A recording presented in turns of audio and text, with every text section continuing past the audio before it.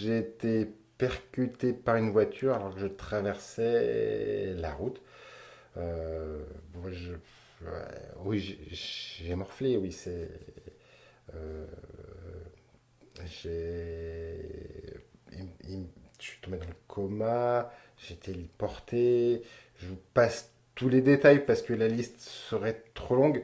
Euh, et je me suis réveillé. J'admets que le corps médical m'a retenu par un cheveu. J'ai plus beaucoup de cheveux sur la tête, mais ils ont trouvé le bon cheveu résistant pour me ramener à la vie et pour pouvoir aujourd'hui euh, parler avec vous, enfin être présent. Voilà. Je suis triste de ce que je suis aujourd'hui. Euh, Avant, je pense que j'étais quelqu'un de battant, de dynamique, et puis j'avais toujours le cerveau qui tournait. Bon, le cerveau a une grosse fissure, c'est en train de se réparer, et je vais beaucoup moins vite, je réfléchis plus, je suis moins percutant, et puis mon côté sportif, ben, il est mis de côté pour l'instant, parce que je peux pas, j'ai pas, je suis en train de me refaire. Je fais de la rééducation quotidiennement, je fais chez le kiné tous les jours. Mais je me réapproprie mon corps et c'est quelque chose que je connaissais pas. J'aurais jamais cru que je redécouvrirais, que je réapprendrais des choses simples. J'ai souvenir quand j'étais en rééducation, quand je suis sorti.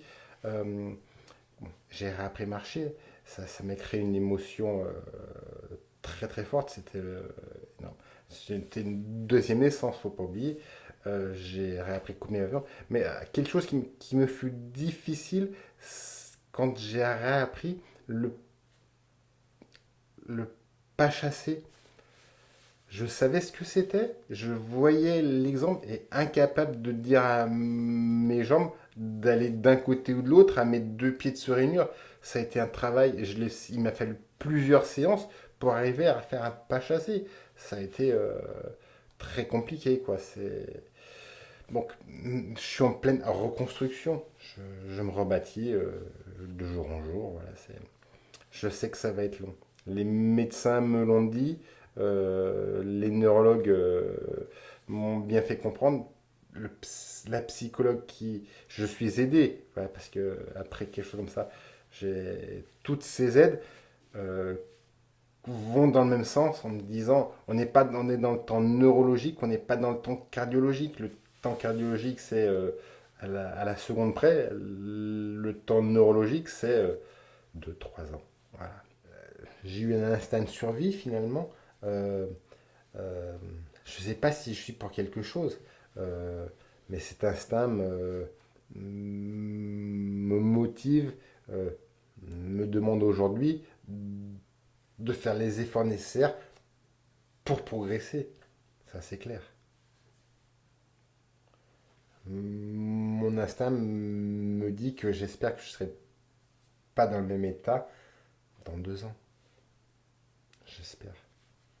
J'espère continuer à m'améliorer. Je ne serai pas le même homme, ça j'en ai bien conscience. Je vais sûrement être différent. Donc, voilà. Cette différence-là, comment tu la vis? Aujourd'hui, je ne l'ai pas accepté. Ou si, je l'ai accepté. Enfin, euh, comme, euh, il y a eu plusieurs étapes. Ouais, il y a eu un travail de compréhension et un travail d'acceptation. J'ai compris euh, que j'allais pas être le même. Je crois que j'ai accepté tout récemment. Mais entre la compréhension et l'acceptation, c'est long.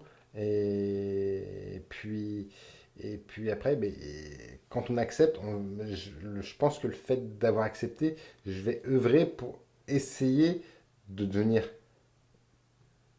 bon, bien. Enfin, euh, oui, voilà, je sais pas comment, je suis un peu à court de vocabulaire là-dessus, mais euh, une bonne image pour mes enfants. Voilà. Ah, aujourd'hui, il est clair que euh, vivre, c'est passionnant. J'aurais tendance à dire, ren- recentrons-nous sur l'essentiel. Euh, oui, il y a des désagréments, oui, des choses qui ne nous rendent pas heureux, ou qui ne nous satisfont pas, mais euh, oublions ce côté-là. On est là, quoi. On est juste une petite chose toute simple, c'est quand je sors de chez moi, que je me dirige vers l'étang, je passe dans les petites rues, puis j'arrive au-dessus de la place des Remondeurs, où il y a un escalier qui semble, enfin, bien avant, une dizaine de mètres avant l'escalier, cette ouverture sur l'étang, je trouve ça beau aujourd'hui. Alors qu'avant, c'était joli, mais je veux pas dire que ça me laissait indifférent. Mais aujourd'hui, je vibre devant cette beauté. C'est une, c'est une ouverture sur la nature, sur la beauté, sur l'eau, sur le monde, enfin sur tout, sur tout. On sort de petites rues, puis il y a une ouverture, et le champ des possibles est en face, voilà. Et tu penses que avant ton accident, tu n'avais pas la même perception? Non, j'avais pas la même perception. Il est clair que j'étais tellement axé sur, euh, comment on pourrait dire, euh, peut-être pas le paraître, mais des objectifs constants. Il faut faire, il faut plaire, il est important de réaliser. Et ben là maintenant déjà, j'ai réalisé à me relever, donc je vois les choses sous un autre angle. Ouais. Et autant par la pratique de l'ultra-trail, je passe en courir en nature, je trouvais ça magnifique.